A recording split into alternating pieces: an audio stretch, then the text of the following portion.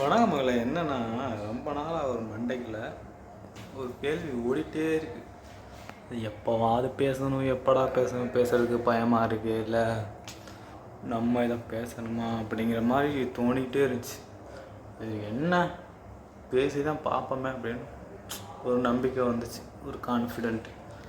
என்னென்னா, மரணம் இருக்குல்ல, மரணம் அது வந்துட்டு இயற்கையாக தான் வரணும். நம்மளாம் போய் வா வா வான்னு கூப்பிடக்கூடாது. அப்படி தற்கொலை பண்ணுறாங்கல்ல, அவங்கெல்லாம் கோழைங்க. அவங்கெல்லாம் பிறந்தது தப்பு. அவங்கள விடுங்க, அவங்களா சாகுறாங்க. இன்னொன்று என்னென்னா, மனிதம் இருக்குல்ல, மனிதம் அது சுத்தமாக இல்லை. மனிதத்துலேருந்து மனுஷன் போயிட்டான். மனிதத்துலேருந்து நீ போயிட்ட. இப்போ மனிதன் என்னாச்சு, மதமாக மாறிடுச்சு. மதமாக மாறி மதம் ஒரு கூட்டமாக பிரிஞ்சிருச்சு. இங்கிட்டு ஒரு மதம், அங்கிட்டு ஒரு மதம், இங்கிட்டு ஒரு மதம் பிரிஞ்சு என் கடவுள் பெருசா, உன் கடவுள் பெருசா, அந்த மாதிரி. இப்போ எனக்கு நான் ஒரு மதத்தை ஃபாலோ பண்ணுறேன்னு வைங்களேன், எனக்கு என் மதம் பெருசுங்கிற மாதிரி ஆப்போசிட்டில் இருக்கவங்க அவங்க மதம் பெருசு. இப்போ அவங்க என்ன நினைப்பாங்க, எனக்கு என் மதம் தான் பெருசு, நான் என்ன சொல்லுவேன், என் மதம் பெருசு. இப்போ என்ன ஆகும், நான் அடிப்பேன், அவங்க அடிப்பாங்க. இப்படியே அடித்து மரணம் தான் போயிட்டுருக்கு. ஒன்றும் தெரியாது சின்ன பிள்ளைங்க, குழந்தைங்க, அதுங்களாம் என்ன பாவம் பண்ணிச்சு. அடுத்த மக்களை அடிக்கிறதுக்கு யூஸ் பண்ணுற மிஷினு, வெடி, பாம்பு எல்லாத்தையும் வச்சு அந்த மக்களுக்கு நல்லது செய்யணும் ஏன் தோண மாட்டுது?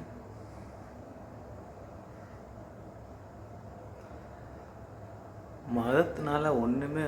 இப்போ உங்களுக்கு கடவுள் நம்பிக்கை இருக்குன்னு வைங்களேன், கோயிலுக்கு போங்க, பள்ளிவாசலுக்கு போங்க, மசூதிக்கு போங்க, எங்கே வேணாலும் போங்க. உங்களுக்கு எங்கேன்னு இருக்கோ அங்கே போய்க்கோங்க. போயிட்டு டைரெக்டாக நீங்கள் கடவுளை டீல் பண்ணுங்கள். கடவுள் நம்பிக்கை உங்களுக்கு இருந்துச்சுன்னா கடவுள்கிட்ட நீங்கள் பேசுங்க. பேசி நீங்கள் கடவுளை தான் ஃபாலோ பண்ணுறீங்க, மதத்தை இல்லை. கடவுள் சொன்ன விஷயத்தான் ஃபாலோ பண்ணுவீங்க, மதம் சொல்கிறத ஃபாலோ பண்ண மாட்டீங்க. கடவுள் என்ன சொல்கிறாங்களோ அந்த வழியை தான் நீங்கள் ஃபாலோ பண்ணுவீங்க. கடவுள் ஒரு மனுஷனை கொல்லு அப்படின்னு எங்கேயாவது சொல்லியிருந்தா அவர் கடவுள் கிடையாது. அவர் தான் முதல் எதிரி, மதவெறி பிடிச்ச எதிரி. ஏன்னா கடவுள் அப்படி சொல்ல மாட்டார். எல்லா மக்களும் என் மக்கள் அப்படிங்கிற நினைக்கிறவர் தான் கடவுள். என் மதத்தில் உள்ளவங்க அடுத்த மதத்தில் உள்ளவங்க கொல்லு அப்படின்னு சொல்கிறவர் கடவுள் கிடையாது, ஏமன். அப்படி இருக்கும்போது பிறந்து வளர்ந்து கொஞ்ச நாள் பூமியில் இருந்துட்டு போக போகிறோம். இந்த இதில் தற்காலிகமாக வாழ போகிறோமோ இல்லாமல் நடிக்க போகிறோம். நடிச்சுட்டு டைம் முடிஞ்ச போனால் ஓட போகிறோம். இதில் போட்டுக்கிட்டு மரணத்தை, எப்போ வரப்போகிற மரணத்தை வா வான்னு விருந்து வச்சு அழைச்சி மதங்கிற பேரில் உங்களுக்கு ஓகே, கல்யாணம் முடிச்சிட்டிங்க, குழந்தை குட்டி பெற்றுட்டீங்க, எல்லாம் அனுபவிச்சிட்டிங்க. சின்ன குழந்தை என்ன பண்ணும்? பிறந்த குழந்தைலாம் நீ போயிடுவ, செத்துருவ, நீ போயிடுவ. இப்படி 1-2 குழந்தை மிஞ்சுதுல, அது என்ன பண்ணும்?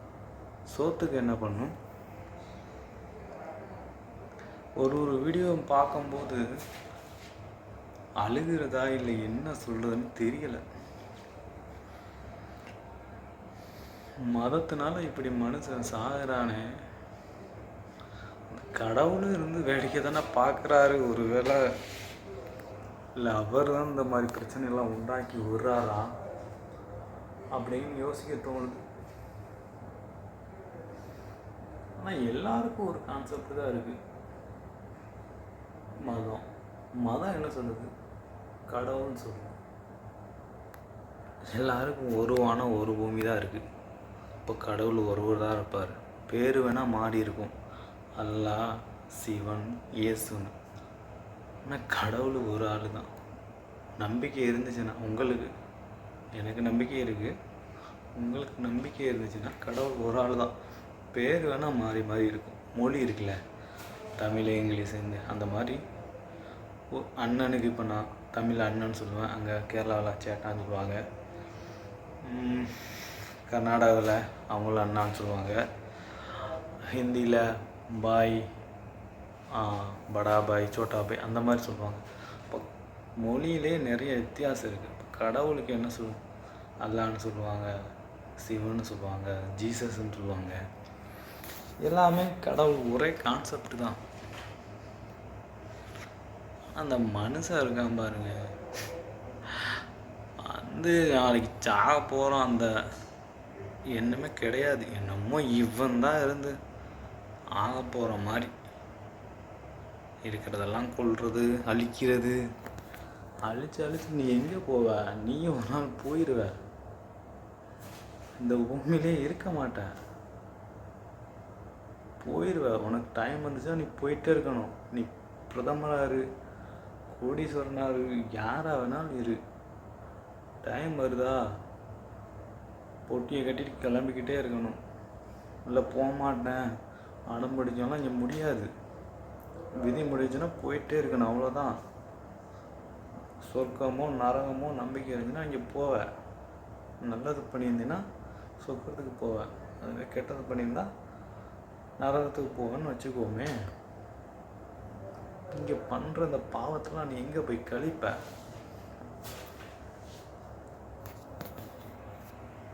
பூமி இந்த பறவைகள்லாம் இருக்குல்ல, பறவைகளுக்கெல்லாம் ஏதாவது மதம் இருக்கா, ஜாதி இருக்கா? பறவை இருக்கு, அங்கங்கே மலையில் வாழ்கிறது, இந்த தண்ணியில் வாழ்கிறது, அந்த மாதிரி பறவை இருக்குது. ஆனால் அதுக்குள்ளே இந்த மதம் ஜாதிலாம் கிடையாது. நான் மனுஷன்தான் 6 அறிவை வச்சுக்கிட்டு அதில் அரை அறிவை கூட யூஸ் பண்ணுறது கிடையாது. நாய்க்கு தான் அது வெறி பிடிச்சிச்சின்னா போகிற வர ஆளை கடிக்கும். மனுஷன் மதவெறி பிடிச்சிக்கிட்டு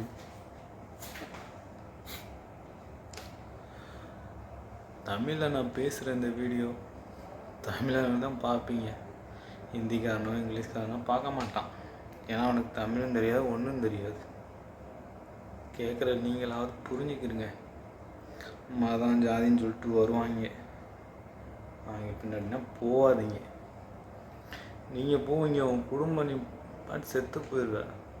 உனக்கு வர உன் புள்ள என்ன பண்ணுவோம்? நீ உனக்கு எவ்வளோ மதவெறி இருக்கோ அதே வெறி இன்னொருத்தவனுக்கு இருக்கும். நீ எவ்வளோ போர்ஸாக போறியோ அதே மாதிரி இன்னொருத்தனும் அவன் மதம் பெருசுன்னு போர்ஸாக வருவான். அடிச்சுக்கிட்டு நாரத்தான் செய்வீங்க, சரியா? நிம்மதியாக வாழ முடியாது. வாழ்கிற கொஞ்ச காலத்தில் நிம்மதியாக சந்தோஷமாக வாழ்ந்துட்டு போங்கய்யா. இப்போல்லாம் என்னென்னமோ நோய் வருது, என்னென்னமோ வந்துட்டுருக்கு. கொரோனா வருது, எதோ நோய் வருது. சாவு இயற்கையாக வரணும், நம்மளாம் உண்டாக்கி கொள்ளக்கூடாது. இன்னைக்கு தூங்குறோம், நாளைக்கு காலையில் எந்திரிப்போமான்னு தெரியலை. இல்லை நீ போட்டுக்கிட்டு நான் அடிக்கிறது கொள்வது, இருக்கிற காசை அடுத்த மக்களை கொல்றதுக்கு யூஸ் பண்ணாமல் நாட்டு மக்களுக்கு நல்லது செய்கிறது, 4 நல்லது செஞ்சுட்டு ஏதாவது பிரயோஜனமாக யூஸ் பண்ணுங்கள்.